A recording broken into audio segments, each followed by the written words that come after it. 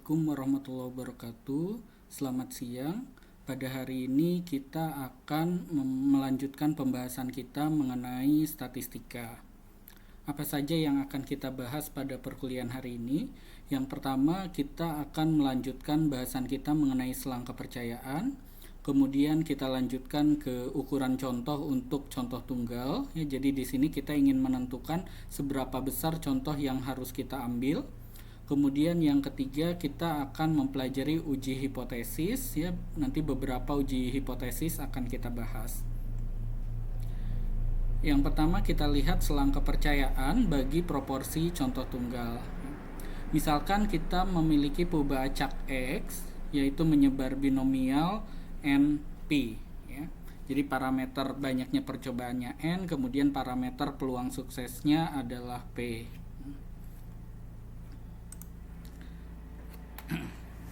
Nah, karena kita punya tadi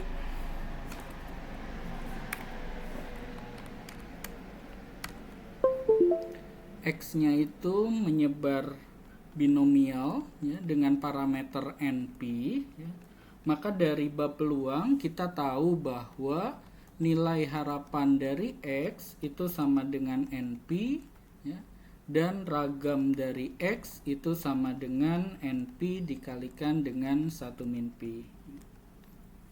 Nah, selanjutnya kita tahu bahwa X itu dapat dihampiri dengan suatu perubahan acak normal, ya. Jadi X-nya itu bisa kita hampiri menjadi perubahan acak normal dengan nilai harapan NP dan ragam NP dikalikan 1 min P. Nah, sebuah proporsi itu adalah banyaknya sukses dibagi dengan banyaknya percobaan. Dalam hal ini banyaknya sukses itu adalah X, kemudian banyaknya percobaan adalah N. Nah, karena X dibagi N ini adalah suatu kombinasi linier dari X, ya, maka kita tahu bahwa X dibagi N itu akan tetap menyebar normal, ya. Jadi nanti X-nya itu akan tetap menyebar normal dengan parameternya NP dibagi N itu P, ya, ragamnya NP kali 1 min P dibagi N kuadrat, sehingga menjadi P dikalikan 1 min P dibagi dengan N kuadrat.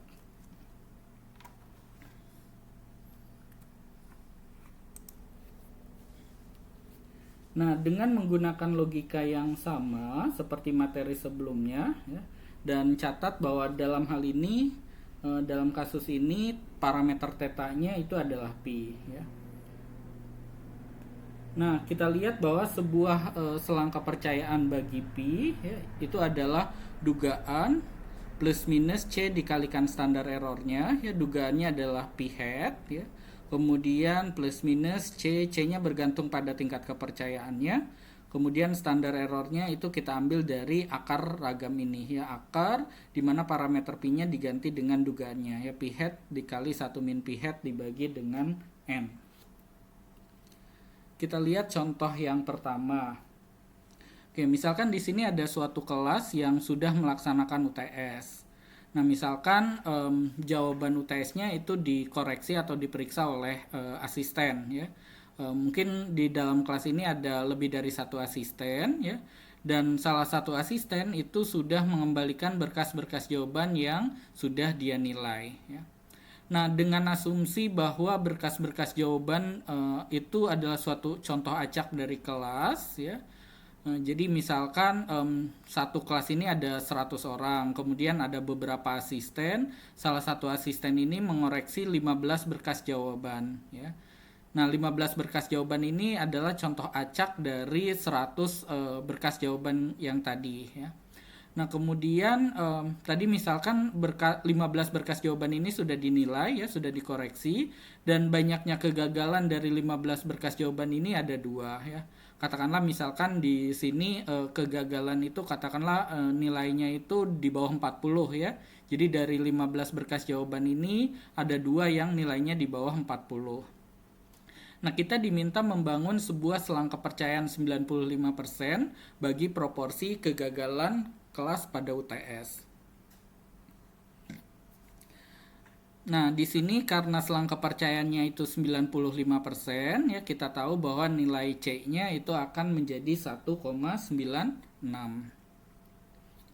Nah, selang kepercayaan 95%-nya tinggal kita gunakan rumus yang ada di slide sebelumnya tadi, ya. P hat-nya ini tadi adalah dugaan dari P yang kita peroleh dari banyaknya sukses dibagi dengan banyaknya percobaan pada sampel, ya, pada contoh. Jadi banyaknya suksesnya di sini artinya kegagalan, ya. Jadi karena di sini dimintanya proporsi kegagalan. Jadi yang kita sebut sebagai sukses di sini adalah gagal, ya, gagal nilainya di bawah 40, ya. Jadi banyaknya suksesnya 2, kemudian dibagi dengan banyaknya percobaan itu 15, ya.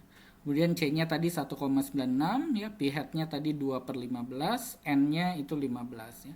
Sehingga kita peroleh selang kepercayaannya itu minus 0,04 sampai 0,31. Nah, sehingga kita interpretasikan bahwa kita 95% percaya bahwa proporsi kegagalan di kelas ini itu antara 0% sampai 31%.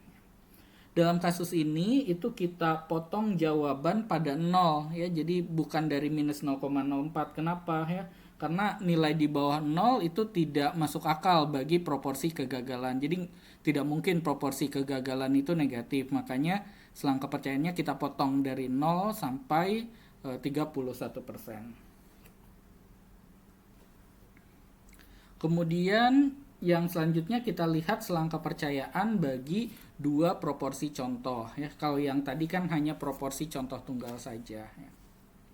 Nah, jadi misalkan bahwa kita ingin membandingkan proporsi laki-laki dan perempuan yang akan memilih seorang calon dekan tertentu pada pemilihan dekan yang akan datang, ya. Dalam kasus ini kita akan memiliki dua contoh. Satu contohnya laki-laki dan satu contohnya perempuan, ya. Sehingga akibatnya itu akan ada dua proporsi, ya. Bagaimana kita membandingkan kedua proporsi ini, ya? Proses apa yang seharusnya kita gunakan? Nah, jadi misalkan banyaknya sukses, ya, pada contoh 1 adalah X, ya. Kemudian banyaknya sukses pada contoh 2 itu adalah Y, ya. Jadi kita mulai dengan mengasumsikan banyaknya sukses pada contoh 1 X, banyaknya sukses pada contoh 2 itu adalah Y. Kemudian banyaknya percobaan pada contoh 1 itu NX dan banyaknya percobaan pada contoh 2 itu adalah NY. Nah, pada kedua kasus tersebut itu kita hampiri proporsi masing-masing dengan sebaran normal, ya, sebagaimana kita melakukannya ini pada proporsi contoh tunggal, ya. Dengan kata lain kita akan punya P tilde itu adalah X dibagi NX, ya. Itu akan menyebar normal, ya, dengan parameternya Px, nilai harapannya, kemudian ragamnya ini, dan P tilde Y itu adalah Y dibagi NY, ya, akan menyebar normal juga dengan nilai harapannya PY dan ragamnya ini. Nah, untuk membandingkan proporsi-proporsi ini itu kita ambil perbedaannya, ya. Jadi kita ambil X per NX dikurangi Y per NY atau P tilde X dikurangi P tilde Y, ya. Nah, karena ini adalah suatu kombinasi dari kombinasi linier dari pubacak normal, ya, maka kita tahu bahwa kombinasi linier dari pubacak normal itu akan menyebar normal juga, ya. Dengan nilai harapannya tinggal dikurang saja, kemudian ragamnya itu tinggal kita jumlahkan, ya. Nah, berdasarkan pada sebaran ini, ya, tentu kita bisa mendapatkan selang kepercayaan yang bersesuaian bagi Px dikurangi Py. Nah, sehingga di sini kita peroleh selang kepercayaan bagi Px dikurangi Py itu adalah dugaan plus minus C kali standar error, ya. Dugaannya adalah P hat X dikurangi P hat Y, ya, ini diambil dari data contoh. Kemudian standar errornya tadi ini tinggal akar dari ragam yang ada di sini saja, ya. Tinggal diganti Px dan Py-nya dengan P hat X dan P hat Y.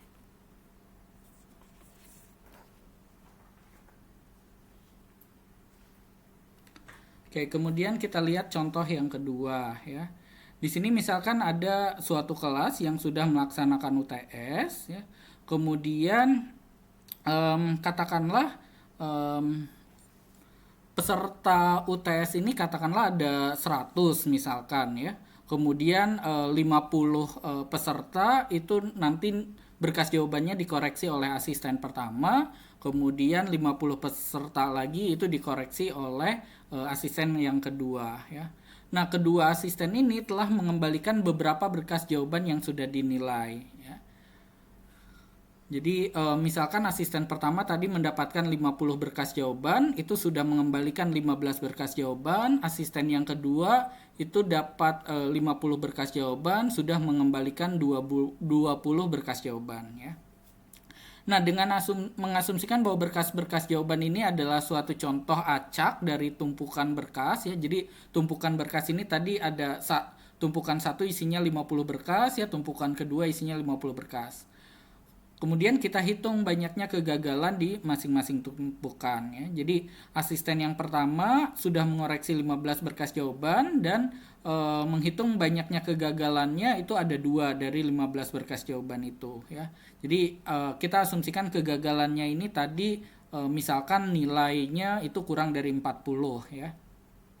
Kemudian asisten yang kedua tadi sudah menyelesaikan 20 berkas jawaban ya dari 50 berkas jawaban yang harus dinilai.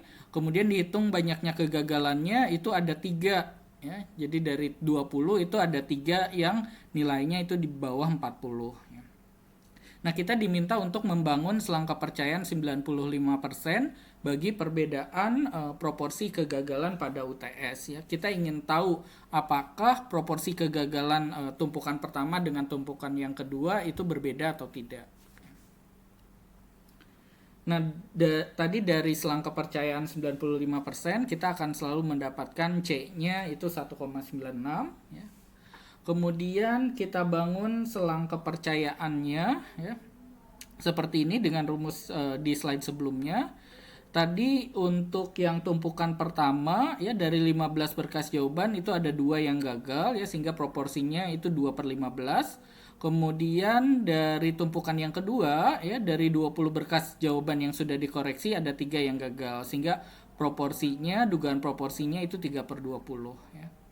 Kemudian setelah dihitung nanti selang kepercayaannya itu akan menjadi minus 0,25 sampai 0,22.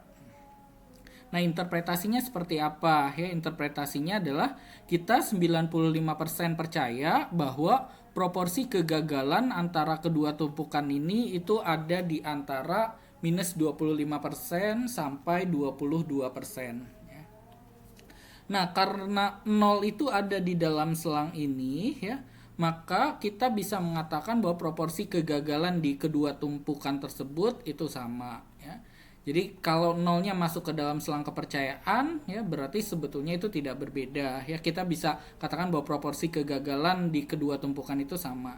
Tapi kalau misalkan selangnya ini tidak memuat nol, katakanlah negatif semua atau positif semua, ya kita bisa mengatakan bahwa proporsi kegagalan dari kedua tumpukan itu berbeda. Yang selanjutnya kita lihat ukuran contoh untuk contoh tunggal. Jadi sebelum kita menyelesaikan suatu masalah statistik, ya, salah satu pertanyaan yang umum adalah seberapa besar sih ukuran contoh itu seharusnya. Ya. Di banyak kasus seperti yang berikut ini, jawaban untuk pertanyaan tersebut sebetulnya cukup sederhana. Ya.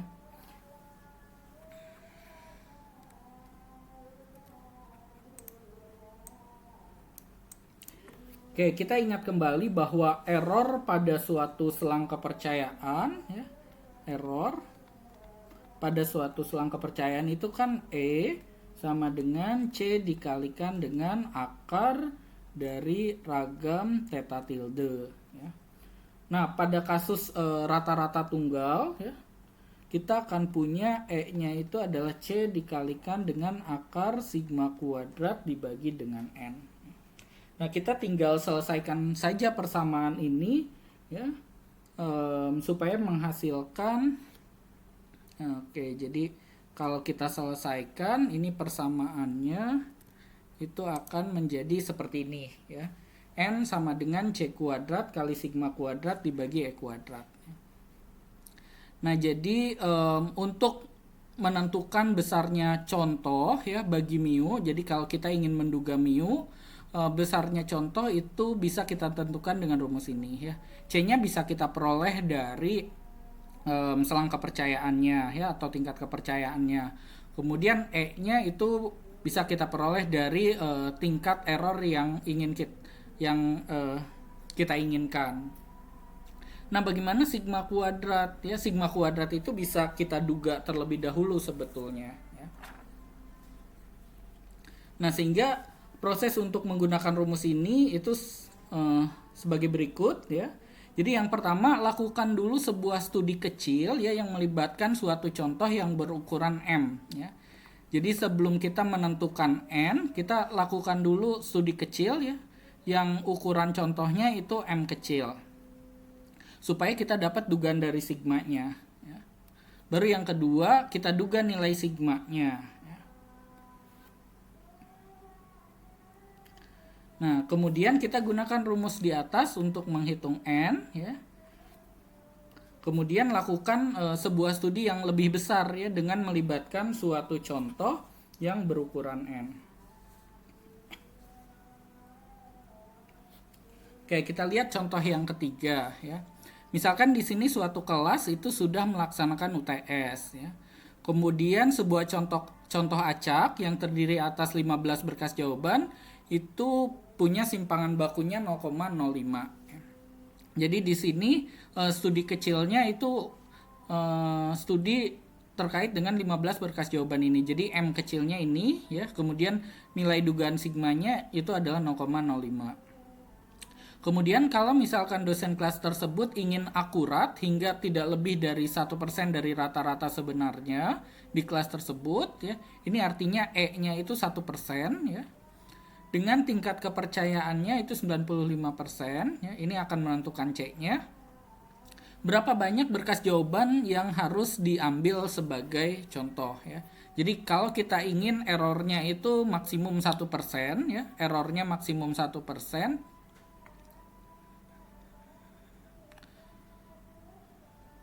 Berapa sih contoh yang harus kita ambil ya, berapa berkas jawaban yang harus kita ambil sebagai contoh. Oke, dari tingkat kepercayaan 95% kita akan peroleh C-nya itu 1,96. Kemudian tadi dugaan sigmanya itu 0,05 dan E-nya itu 0,01 ya. Sehingga kita peroleh di sini N-nya itu 96,04.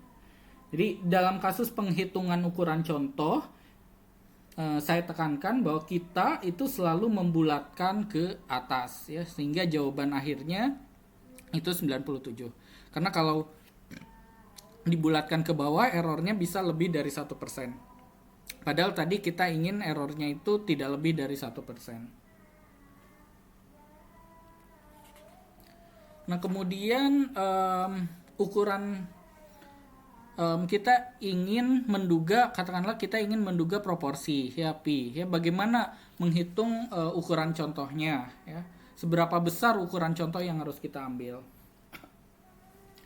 Nah, untuk proporsi contoh tunggal itu prosesnya berbeda ya. Untuk proporsi contoh tunggal errornya itu E sama dengan ya C dikalikan akar ragamnya itu pi hat ya, dikalikan 1 min pi hat dibagi dengan N. Nah, dalam kasus ini ya kita catat bahwa si pi hat dikalikan 1 min pi hat itu akan maksimum ya ketika pi hat-nya itu setengah ya. Jadi pi hat dikalikan 1 min pi hat itu akan maksimum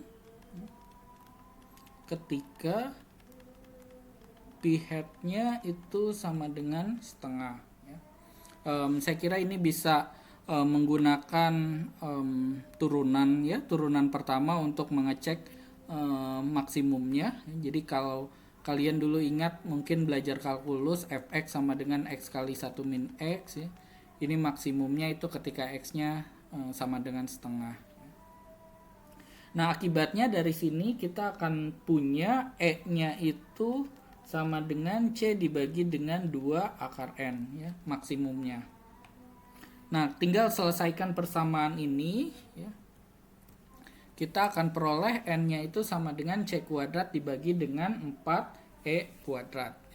Kalau kita lihat di rumus ini tidak ada sigma ya, sehingga kita tidak perlu melakukan studi kecil terlebih dahulu untuk menduga nilai sigma ya. Tinggal dari sini tinggal kita butuh tingkat error maksimumnya sama tingkat kepercayaannya. Oke, sebagai contoh di sini suatu kelas itu sudah melaksanakan UTS ya. Kemudian dosen kelas tersebut itu ingin akurat hingga tidak lebih dari 5% dari proporsi kegagalan yang sebenarnya ya. Jadi errornya di sini maksimum 5% ya. Kemudian tingkat kepercayaannya 95% ya. Berapa banyak berkas jawaban yang harus diambil ya. Jadi di sini ingin menduga proporsi kegagalan ya dengan errornya tidak lebih dari 5%. Oke, dari selang kepercayaan 95% kita punya, dari tingkat kepercayaan 95% kita punya C-nya 1,96 ya. Kemudian dari errornya itu kita punya 0,05 ya, sehingga kita punya N-nya itu 384,16 ya. Ingat kembali bahwa untuk kasus penghitungan ukuran contoh itu kita selalu membulatkan ke atas ya, sehingga jawaban akhirnya itu adalah 385.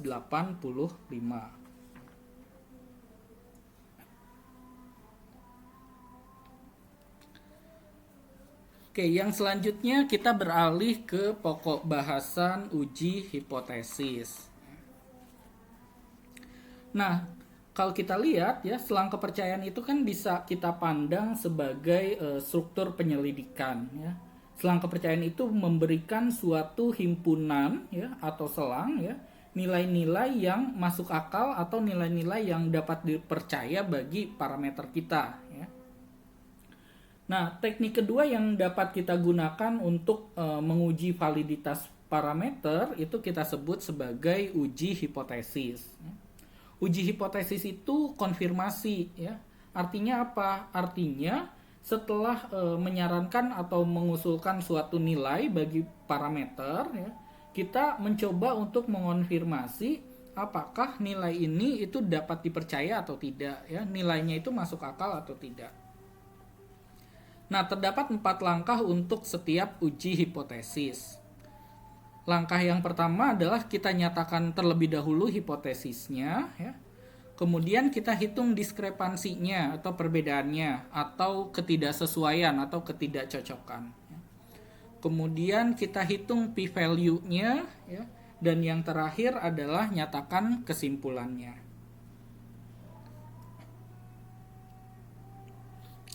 Oke, misalkan parameternya itu adalah theta ya. Terdapat 2 jenis hipotesis yang perlu dibuat. Yang pertama adalah H0 ya. Yang pertama itu kita tulis ya sebagai H0 ya, dan kita sebut sebagai hipotesis 0 ya. Nah, H0 ini adalah status quo. Jadi apa yang normal ya. Jadi di hipotesis ini ya prediksi suatu nilai bagi theta ya. Prediksinya itu kita sebut sebagai theta.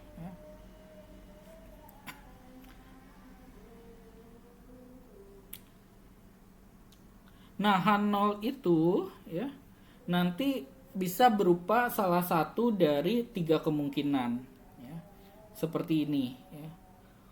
Walaupun begitu seringkali kita gunakan yang pertama saja untuk kesederhanaan ya. Jadi H0-nya itu bisa theta sama dengan theta 0, bisa H0 theta kurang sama dengan theta 0, atau H0 theta lebih besar sama dengan theta 0. Nah, hipotesis yang kedua itu kita tulis sebagai HA ya dan disebut sebagai hipotesis alternatif ya.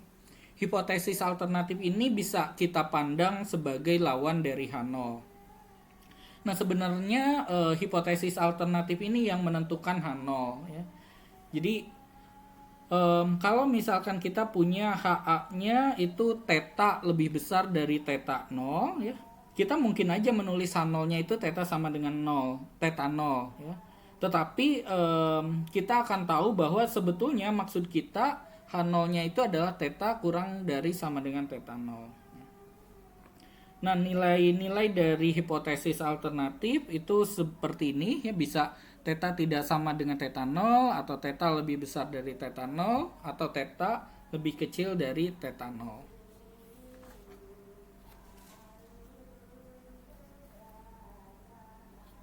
Langkah yang kedua adalah menghitung diskrepansi ya. Nah, kita tahu dari diskusi kita tentang selang kepercayaan bahwa dalam banyak kasus ya penduga itu menyebar normal.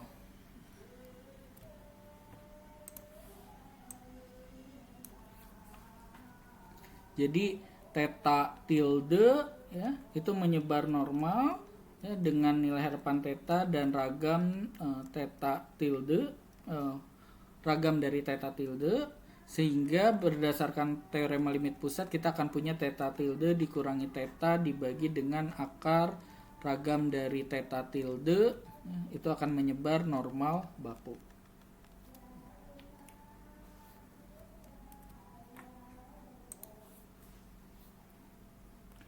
Nah, diskrepansi atau D ya, D kecil ya, kita notasikan D kecil, itu kita definisikan sebagai suatu ukuran yang menyatakan seberapa jauh nilai prediksi bagi theta, yaitu theta 0 ya, terhadap apa yang kita peroleh dari data contoh, yaitu theta hat ya. Jadi theta hat ini kan yang kita dapat dari data contoh ya. Jadi kita ingin menghitung seberapa jauh sih nilai prediksi bagi theta ya, nilai seberapa jauh nilai theta 0 terhadap theta hat. Nah, dengan menggunakan fakta ya bahwa theta tilde itu menyebar normal dengan parameter theta dan ragam theta tilde ya, ragamnya adalah V dari theta tilde. Diskrepansinya itu kita definisikan seperti ini ya. Jadi dugaan dikurangi theta 0 dibagi dengan standar error ya. Jadi tadi ukuran seberapa jauhnya itu adalah theta tilde dikurangi theta 0, tapi kita standarisasi ya dengan membagi dengan akar dari ragam theta tilde. Nah, jadi diskrepansi itu adalah suatu ukuran jarak ya, theta hat dikurangi theta 0 yang dikonversi ke dalam standar error. Jadi kalau kita punya nilai diskrepansinya sama dengan 3, artinya adalah contoh kita itu 3 standar error lebih besar dari nilai hipotesis kita. Ya, nilai hipotesisnya tadi adalah theta 0. Jadi nilai diskrepansi 3 itu adalah artinya contoh kita ya si theta hat itu 3 kali standar error lebih besar dari nilai hipotesis kita, yaitu theta 0.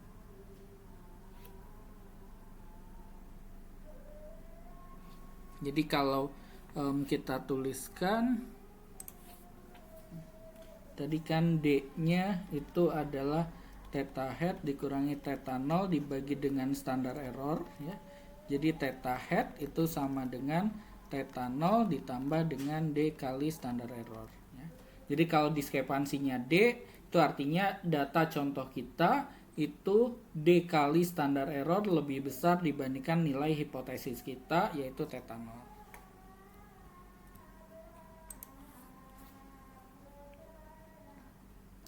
Langkah yang ketiga adalah menghitung p-value. Nah, meskipun kita telah menghitung sebuah diskrepansi ya dan tahu seberapa jauh hipotesis dari nilai contoh ya, seberapa jauh theta 0 dengan theta hat, kita tidak tahu apakah kedua kuantitas ini ya theta 0 dengan theta hat ini jauh ya, jauh dalam tanda kutip jauh satu sama lain atau dekat gitu ya. Nah, kalau keduanya jauh ya, mungkin hipotesisnya benar ya. Tapi tadi kan hipotesis alternatifnya itu adalah theta tidak sama dengan theta 0 ya. Jadi kalau jauh mungkin hipotesis alternatifnya itu benar ya.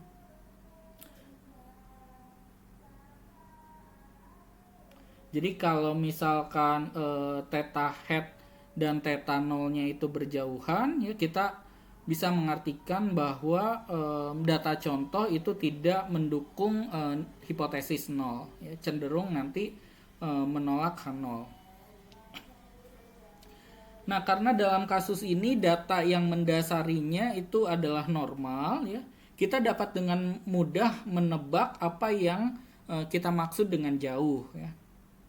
Pada kasus peubah acak yang menyebar normal, suatu nilai data yang 1,96 kali simpangan baku atau lebih dari rata-ratanya itu hanya mungkin terjadi 5% dari waktu.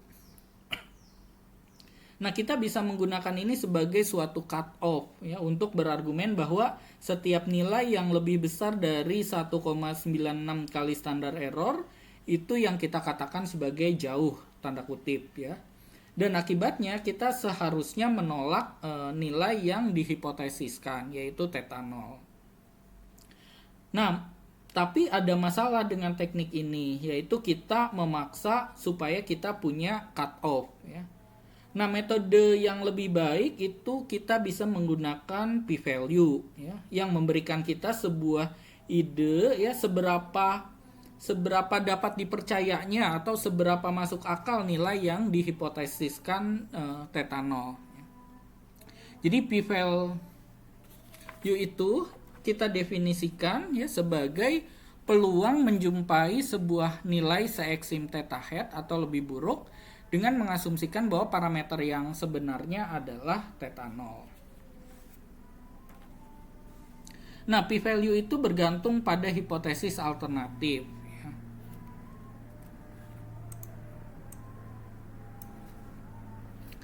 Sebagai contoh, kalau misalkan hipotesis alternatifnya itu theta tidak sama dengan theta 0 ya, maka kita akan sebut jauh ya theta hat dengan theta 0 kalau theta hatnya itu jauh lebih besar atau jauh lebih kecil dari theta 0 ya, yang kalau kita gambarkan seperti ini ya. Ini adalah theta hatnya, ini adalah theta 0 ya. Jadi kalau hipotesis alternatifnya seperti ini ya, theta hat dan theta 0 itu kita katakan jauh kalau apa? Kalau theta hatnya itu jauh lebih besar di sini ya, atau jauh lebih kecil dari theta 0. Sehingga untuk diskrepansi yang distandardisasi D ya, p-value-nya ya, itu akan sama dengan 2 dikali dengan peluang bahwa D-nya itu lebih besar dari nilai mutlak D ya. Secara gambar itu kalau kita gambarkan, oke, di sini adalah minus dari mutlak D, kemudian di sini adalah mutlak D ya. Jadi dalam hal ini D-nya itu menyebar normal baku ya. Jadi 2 kali peluang D lebih besar dari mutlak D itu akan sama dengan jumlah dari luas yang diarsir ini ya. Jadi total luas daerah yang diarsir di sini ya. Makanya kenapa dikali 2, karena kedua daerah ini simetris. Ya, catat bahwa p-value yang kecil itu akan mengindikasikan D yang besar. Jadi kalau p-value-nya kecil berarti luas daerahnya ini kecil, berarti D-nya itu akan besar. Jadi akibatnya ya, semakin kecil nilai D itu akan semakin besar jarak theta 0 dengan theta hat. Begitupun kalau semakin besar nilai semakin besar p-value, maka akan semakin dekat theta 0 dengan theta hat.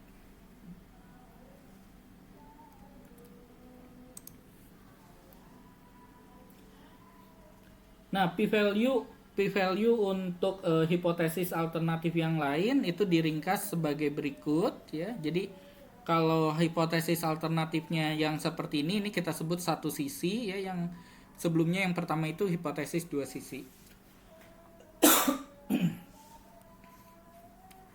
Nah, p-value-nya akan menjadi seperti ini ya. Kalau satu sisi berarti theta besar dari theta 0 itu tadi kalau digambar hanya di sebelah kanan saja ya, luas daerahnya. Kemudian kalau yang di sini ini ada di sebelah kiri saja. Nah, catat bahwa tanda p-value satu sisi itu sesuai dengan tanda hipotesis alternatifnya ya. Jadi kalau hipotesis alternatifnya lebih besar, di sini p-value-nya juga di sini lebih besar. Kalau lebih kecil, di sini juga lebih kecil. Nah, kemudian langkah yang keempat adalah nyatakan kesimpulannya ya. Tujuan dari langkah ini itu untuk menjawab hipotesis ya. Apakah theta sama dengan theta 0 ya. Nah, hingga saat ini kita telah mengumpulkan bukti ya, buktinya itu dalam bentuk p-value untuk melawan H0. Tapi kalau p-value-nya kecil ya, kalau p-value-nya kecil, theta 0 itu kan jauh dari theta hat ya, dan H0 itu tidak mungkin, sehingga kita akan cenderung untuk menolak H0. Kalau p-value-nya besar ya, kita akan cenderung tidak menolak H0. Tapi apa yang dimaksud dengan besar atau kecil ya? Nah, tabel berikut ini adalah salah satu guidance ya, salah satu petunjuk yang bisa digunakan untuk menginterpretasikan p-value ya. Untuk mata kuliah ini kita gunakan petunjuk seperti ini ya. Nah, petunjuk ini sebetulnya tidak definitif ya. Artinya statistikawan lain mungkin saja menyediakan interpretasi yang lain ya. Jadi untuk mata kuliah ini kita interpretasikan kalau P-nya itu p-value-nya lebih besar dari 0,1 ya, tidak ada kita interpretasikan tidak ada bukti untuk menolak H0. Kalau P-nya antara 5% sampai 10%, maka kita sebut ada bukti yang lemah untuk menolak H0. Jadi ada bukti untuk menolak H0 tapi buktinya lemah ya. Kalau misalkan p-value-nya itu antara 1% sampai 5%, ada bukti yang sedang untuk menolak H0. Dan yang terakhir kalau p-value-nya itu kurang dari 1% ya, itu artinya ada bukti yang kuat untuk menolak H0. Kalau misalkan ada sama dengannya, boleh masuk kemana saja ya. Jadi kalau dapat p-value-nya 5% boleh masuk ke yang lemah atau sedang. Tapi akan sangat jarang sekali mendapatkan p-value itu eksak 0,05 atau 0,01 ya. Nah, perlu kita catat bahwa di setiap kasus ini itu kita selalu menolak H0 ya. Kita tujuannya itu menolak atau tidak menolak H0 ya. Kita tidak pernah menerima hipotesis alternatif. Jadi jangan pernah katakan terima hipotesis alternatif ya. Kita tidak pernah mengatakan seperti itu. Kalau kita harus mengatakan sesuatu tentang hipotesis alternatif ya, cara yang tepat itu mengatakannya seperti ini ya.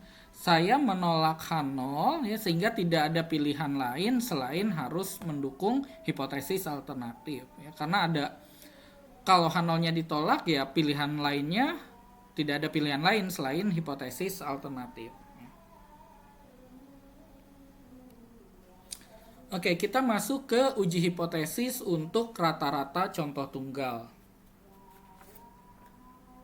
Nah, misalkan kita lihat nilai rata-rata pada suatu ujian ya, mu ya. Kita ingin memprediksi sebelum ujian ya bahwa nilai rata-rata ujiannya itu akan sama dengan 75. Jadi mu sama dengan 75.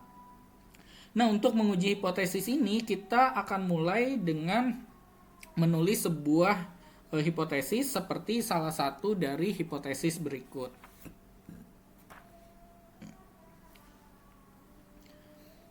Nah, jadi H0-nya itu bisa mu sama dengan mu 0, bisa mu kurang sama dengan mu 0, bisa mu lebih besar sama dengan mu 0, dengan nilai-nilai hipotesis alternatifnya seperti ini.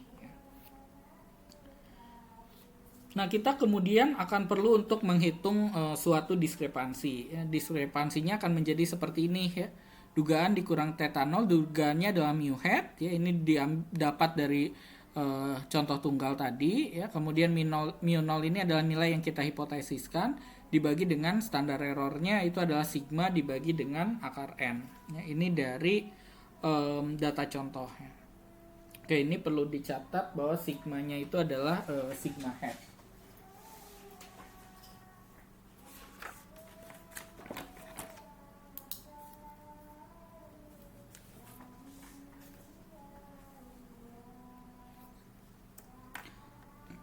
Kemudian p-value dan interpretasinya itu tidak berubah ya dari yang umum seperti yang di slide sebelumnya tadi. Ya. Jadi ini masih sama ya, tidak berubah. Oke, kita lihat contoh berikutnya ya. Misalkan di sini suatu kelas sudah melaksanakan UTS, kemudian dosen kelas tersebut percaya bahwa rata-rata UTS-nya itu akan sebesar 75 ya. Jadi katakanlah kelasnya itu ada 100 peserta ya, 100 mahasiswa, kemudian sudah 25 mahasiswa itu sudah dikoreksi ya, sudah dinilai ya. Sementara 75 yang lainnya itu belum dinilai ya. Nah, dari 25 berkas jawaban yang sudah dinilai itu rata-ratanya 70, simpangan bakunya 15 ya. Nah, apakah sebuah uji hipotesis itu mendukung prediksi dari dosen tersebut ya. Tadi prediksi dosennya itu rata-ratanya akan sebesar 75 ya. Jadi belum selesai mengoreksi, dosennya sudah memprediksi rata-ratanya 75 dari contoh acak yang 25 mahasiswa tadi yang menghasilkan rata-ratanya 70, simpangan bakunya 15. Nah, langkah yang pertama itu kita nyatakan hipotesisnya. H0-nya itu mu sama dengan 75, kemudian hipotesis alternatifnya mu tidak sama dengan 75. Ya, tadi kan hipotesisnya dosennya itu rata-ratanya akan sebesar 75. Jadi mu sama dengan 75. Kemudian langkah yang kedua adalah menghitung diskrepansinya ya. Mu hat dikurangi mu 0, mu hat-nya itu dari data ya 70, mu 0 ini adalah nilai yang dihipotesiskan 75 dibagi dengan sigma hat ya, sigma hat-nya itu 15, kemudian sigma hat dibagi dengan akar n, n-nya tadi 25 contoh acak. Sehingga kita peroleh diskrepansinya itu minus 1,67. Nah, perlu dicatat bahwa hal ini berarti bahwa prediksi kita ya itu mu 0, prediksi dosen tersebut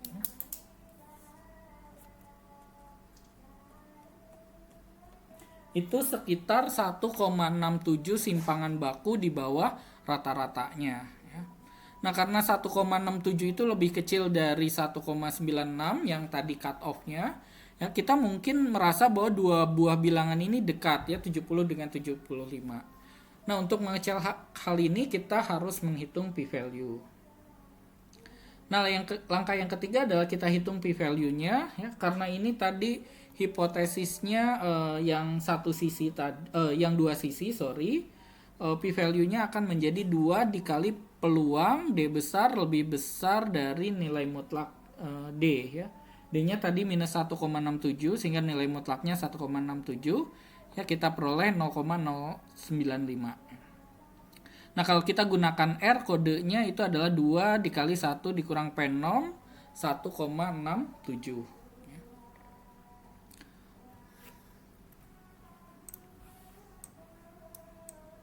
Oke, jadi kalau misalkan P0 itu di R itu ya, P0 kalau Z saja tanpa ada tanpa ada min dan variansnya, itu artinya minnya 0, variannya 1 ya.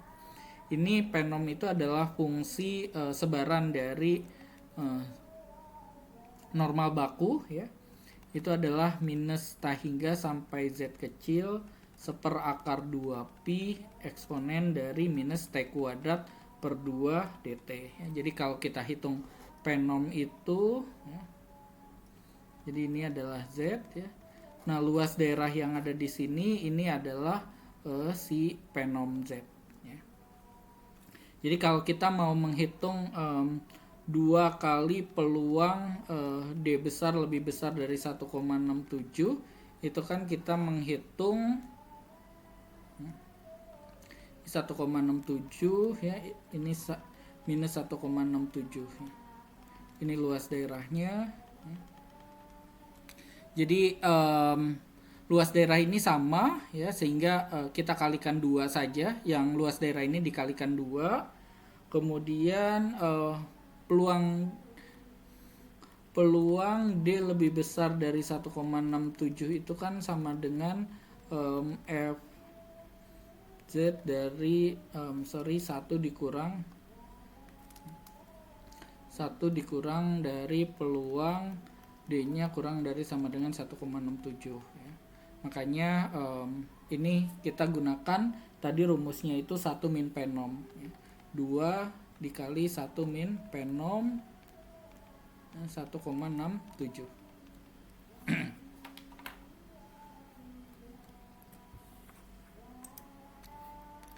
Nah, kemudian langkah yang keempat itu kita nyatakan kesimpulannya ya. Jadi dari p-value ini ya, p-value-nya itu 9,5%. Kalau kita lihat di sini di interpretasi ya, 9,5% itu adanya di sini ya. Sehingga kita interpretasikan ada bukti yang lemah untuk menolak H0. Jadi kesimpulannya itu ada bukti yang lemah untuk menolak H0. Jadi kita tolak H0 ya, tapi buktinya itu lemah. Kemudian yang kedua kita lihat uji hipotesis bagi 2 contoh yang tak bebas.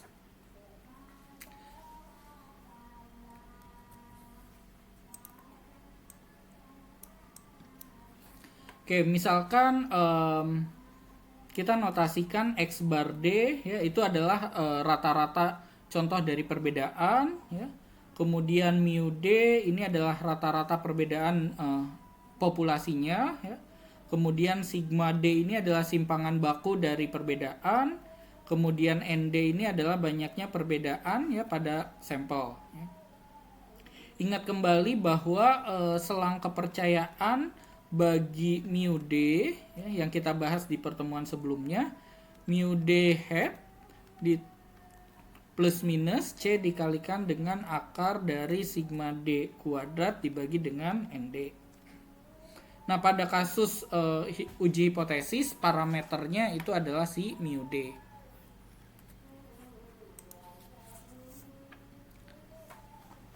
Nah, sehingga hipotesisnya itu akan jadi seperti ini ya. Kemudian diskrepansinya ya, itu akan jadi seperti ini.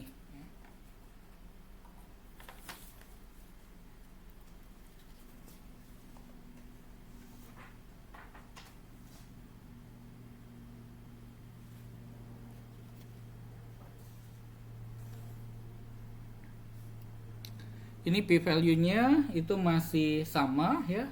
Interpretasinya juga tidak berubah dari yang umum ya, yang ada di slide sebelumnya. Oke, kemudian kita lihat contoh berikutnya ya. Di sini ada seorang dosen sedang mengajar 2 kelas kalkulus 2. Jadi ceritanya masih sama seperti yang kita bahas di slide sebelumnya pada saat kita membahas selang kepercayaan untuk 2 contoh tak bebas ya. Nah, beliau mengajar 1 kelas kalkulus 2 itu menggunakan cara yang normal ya, metode yang normal. Sementara di kelas yang kedua itu menggunakan pendekatan flipped classroom ya. Nah, beliau percaya bahwa kelas flipped ini lebih baik bagi mahasiswa ya. Jadi ini hipotesisnya ya. Hipotesisnya dari kalimat ini.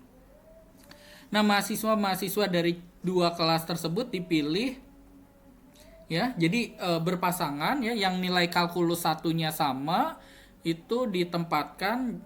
Jadi katakanlah ada 2 orang A dan B ya. A nilai kalkulus 1-nya 80, B juga nilai kalkulus 1-nya 80. A dan B itu ditempatkan di 2 kelas yang berbeda ya, kelas yang pakai teknik normal sama yang tidak normal tadi ya.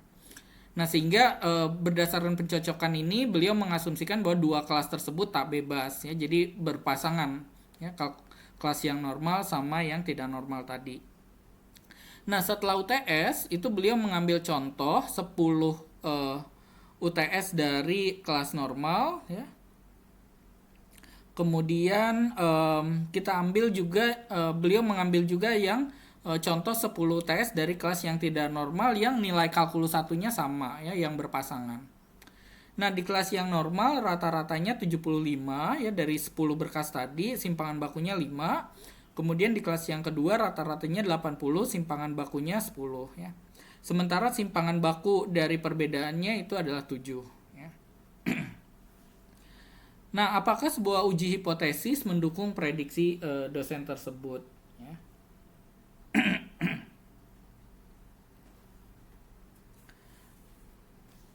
Nah, kita lakukan uji hipotesis. Langkah yang pertama adalah kita nyatakan hipotesisnya ya.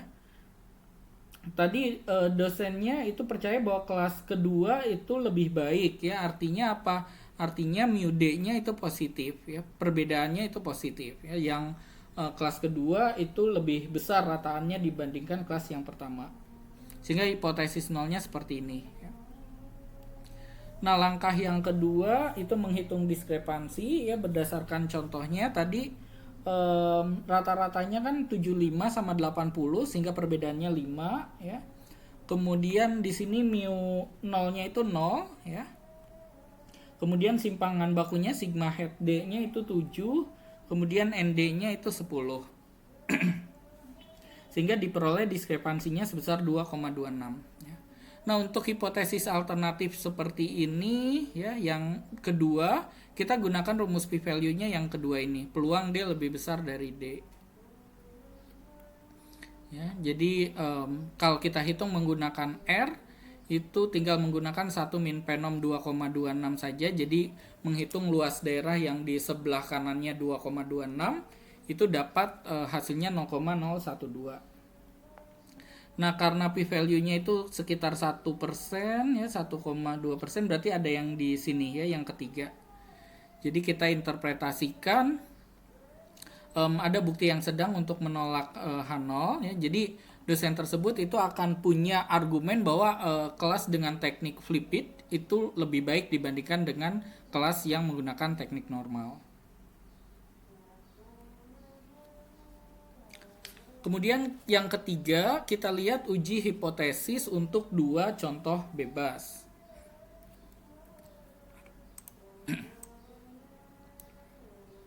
Nah, misalkan kita punya dua contoh yang saling bebas ya. Dari bagian selang kepercayaan kita tahu bahwa mu x tilde ya, atau x bar itu menyebar normal dengan parameternya mu x sigma x kuadrat dibagi dengan nx ya. Dan mu tilde itu sama dengan y bar itu menyebar normal dengan parameternya mu y sigma y kuadrat dibagi dengan ny ya. Dan bahwa kombinasi linearnya mu x dikurangi mu y tilde ya, perbedaan x bar min y bar itu akan menyebar normal juga ya, dengan parameternya mu x minus mu y sigma x kuadrat per nx ditambah sigma y kuadrat per ny untuk ragamnya.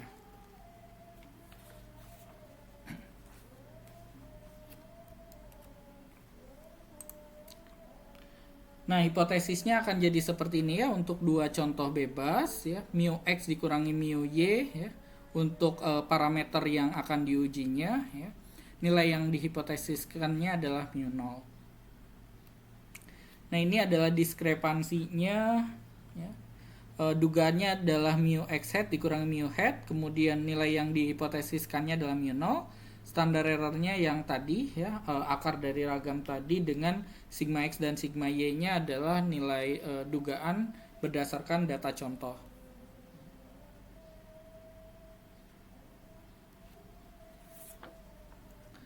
P-value dan interpretasinya masih sama. Kita lihat contoh berikutnya ya. Di sini ada suatu kelas yang sudah melaksanakan UTS ya.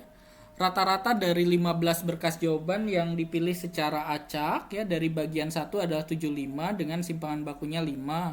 rata-rata dari 20 berkas jawaban yang dipilih secara acak dari bagian 2 adalah 85 dengan simpangan baku 15. Jadi di sini ambil saja contohnya, misalkan kelasnya itu ada 100 ya, misalkan ada 100 mahasiswa. Kemudian dari 100 mahasiswa itu ada 50 mahasiswa laki-laki dan ada 50 mahasiswa perempuan ya. Nah, kita tahu bahwa populasi laki-laki dan populasi perempuan itu saling bebas ya, tidak saling berpasangan. Nah, dari 50 mahasiswa laki-laki itu diambil sampel 15 ya, kemudian dari 50 mahasiswa perempuan itu diambil sampel 20 mahasiswa ya. Nah, apakah terdapat perbedaan antara rata-rata kedua bagian tersebut? Jadi kita ingin tahu sebetulnya berbeda tidak rata-rata mahasiswa laki-laki, nilai UTS mahasiswa laki-laki dengan nilai UTS mahasiswa perempuan. Nah, kita diminta untuk melakukan uji hipotesis yang tepat untuk menjawab pertanyaan ini. Nah, uji hipotesisnya, langkah yang pertama adalah kita nyatakan hipotesisnya. Tadi kan pertanyaannya apakah terdapat perbedaan ya. Sehingga hipotesis alternatifnya itu mu1 min mu2 tidak sama dengan 0, itu artinya terdapat perbedaan ya. Sementara hipotesis nolnya ini mu1 dikurang mu2 sama dengan 0, itu artinya tidak ada perbedaan. Kemudian kita hitung diskrepansinya ya. Tadi untuk yang laki-laki mu1 headnya 75 rata-ratanya, mu2 head untuk yang perempuan rata-ratanya 85. Simpangan baku laki-laki itu tadi 5 ya, berarti ragamnya 25, kemudian simpangan bakunya 15, ragamnya 225 ya. Banyaknya sampelnya tadi laki-laki 15, banyaknya sampel perempuan tadi 20. Sehingga kita peroleh D-nya itu minus 2,8. Nah, karena hipotesisnya ini hipotesis dua sisi, berarti p-value-nya kita gunakan yang dua sisi ini tadi. Ya, dengan menggunakan R kita peroleh nilainya itu 0,5%. Nah, karena 0,5% maka kita simpulkan bahwa ada bukti yang kuat untuk menolak H0 ya. Jadi kita punya bukti yang kuat untuk menyatakan bahwa sebetulnya terdapat perbedaan antara rata-rata nilai UTS mahasiswa laki-laki dengan rata-rata nilai UTS mahasiswa perempuan.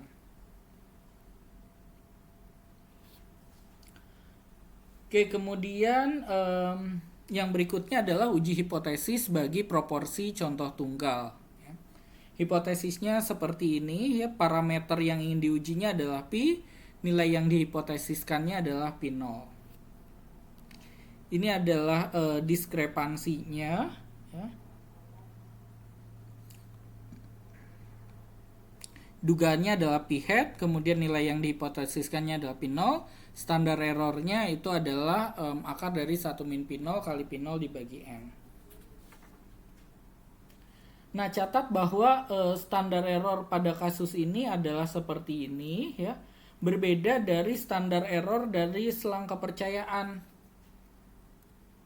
Kalau standar error dari selang kepercayaan ya, itu adalah akar dari 1 min pi hat dikali pi hat dibagi dengan n ya.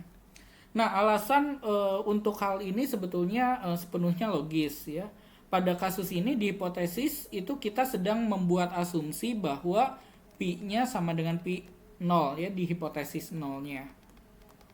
Akibatnya ya, ketika kita tidak tahu pi ya, kita tidak mengetahui pi, sebuah tebakan yang bagus adalah menggunakan pi sama dengan pi 0, menggunakan hipotesis ini ya. Sehingga tadi standar errornya menjadi 1 min pi 0 ya, dikalikan pi 0 dibagi dengan n. Nah, hal ini sebetulnya mengikuti dari teorema Slutsky ya, bahwa D itu akan menyebar normal. Silahkan dicari ya nanti teorema Slutsky.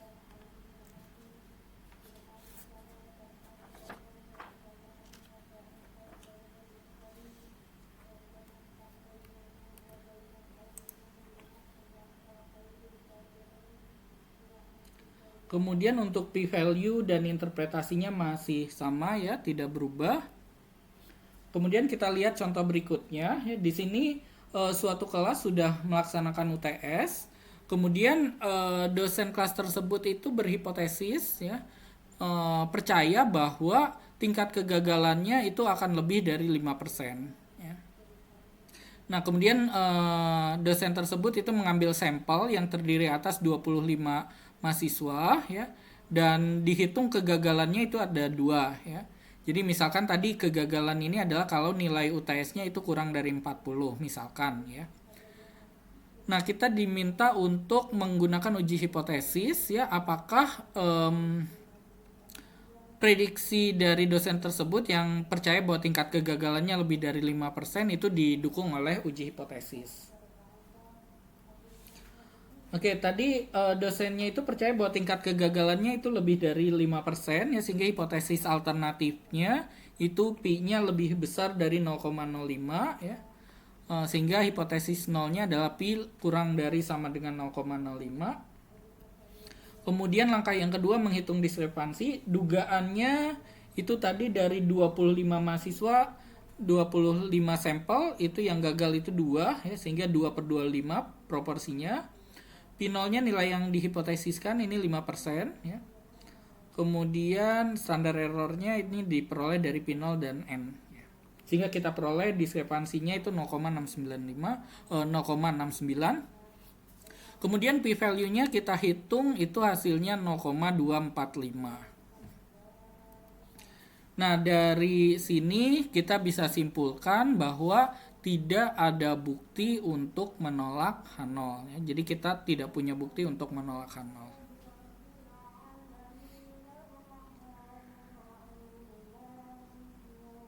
Artinya apa? Artinya tadi prediksi dosen tersebut itu tidak didukung oleh uji hipotesis.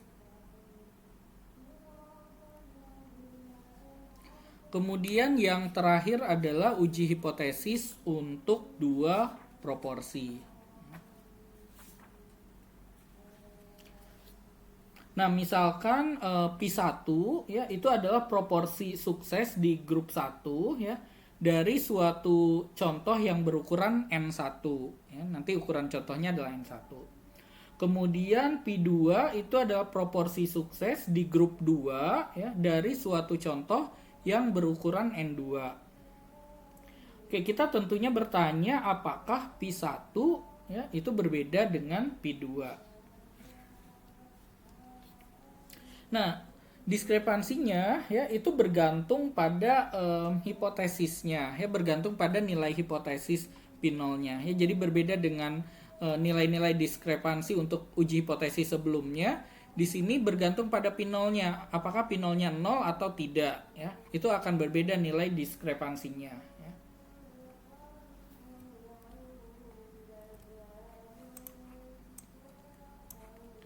Yang pertama, kalau misalkan nilai yang dihipotesiskannya P0-nya itu tidak sama dengan 0 ya.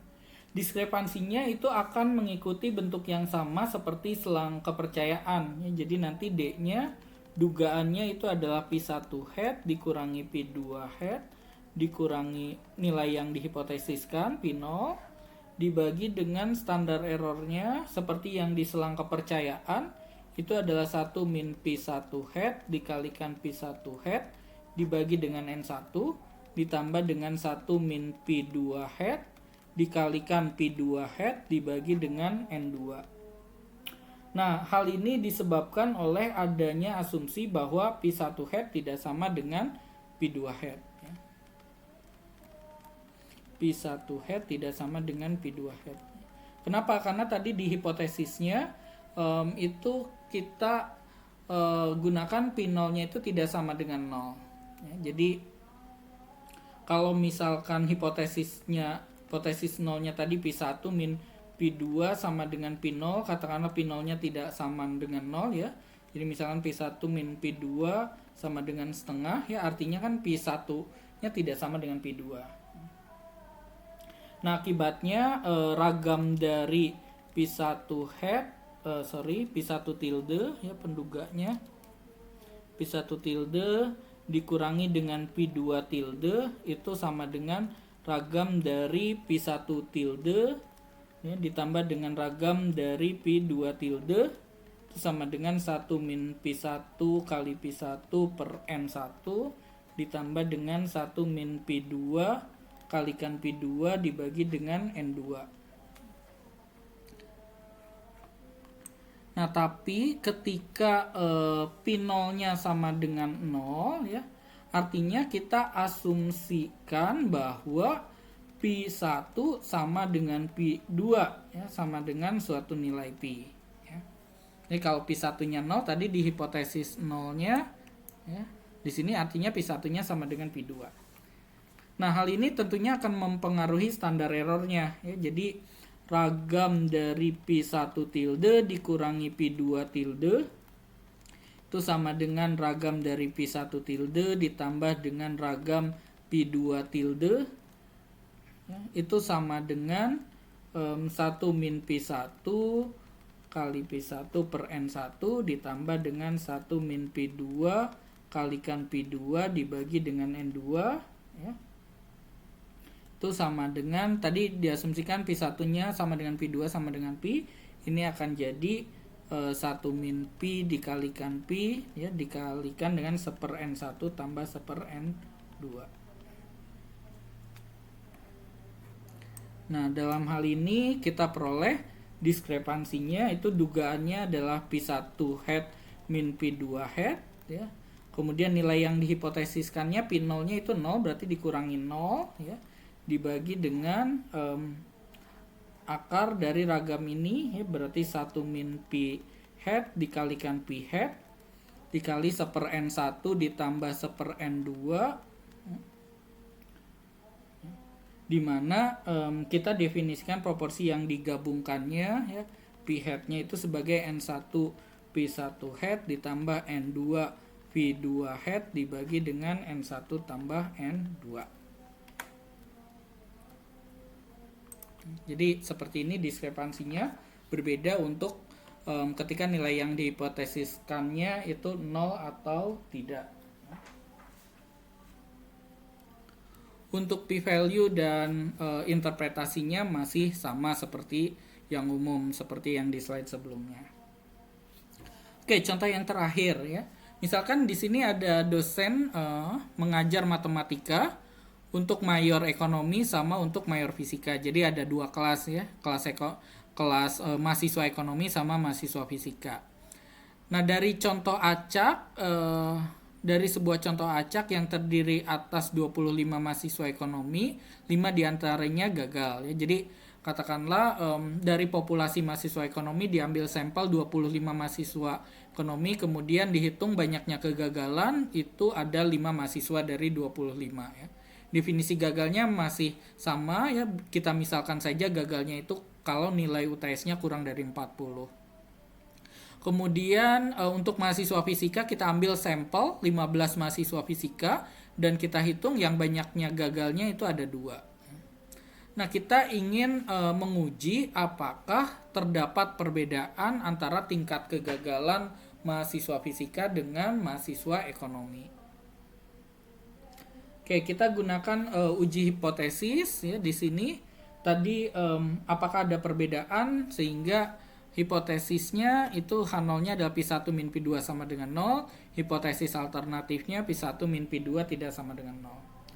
Nah, karena P0-nya sama dengan 0, ya, berarti kita gunakan diskrepansi yang kedua ini ya, ketika P0-nya sama dengan 0. Kita hitung P hat-nya terlebih dahulu. Tadi N1-nya di sini pakai mahasiswa fisika ya 15, N2-nya itu mahasiswa ekonomi 25. Kemudian kegagalannya di fisika itu 2 ya. Kemudian di ekonomi kegagalannya itu 5 sehingga kita punya P hat-nya itu 7 per 40 ya. P1 hat-nya ini 2 per 15, P2 hat-nya 5 per 25. Jadi 1 ini melambangkan yang mahasiswa fisika, 2 yang melambangkan mahasiswa ekonomi. Sehingga kita peroleh diskrepansinya itu minus 0,54. Ya, karena hipotesisnya ini 2 sisi, ya, sehingga p-value-nya rumusnya seperti ini. Kita hitung hasilnya 0,589.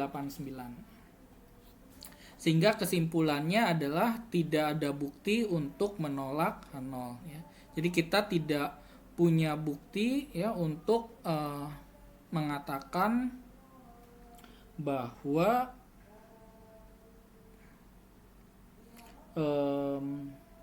tingkat kegagalan kedua kelompok mahasiswa tersebut itu berbeda.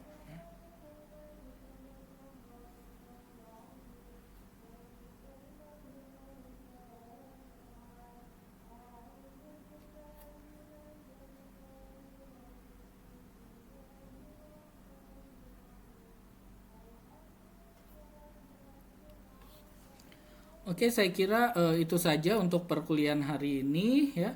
Terima kasih. Assalamualaikum warahmatullahi wabarakatuh.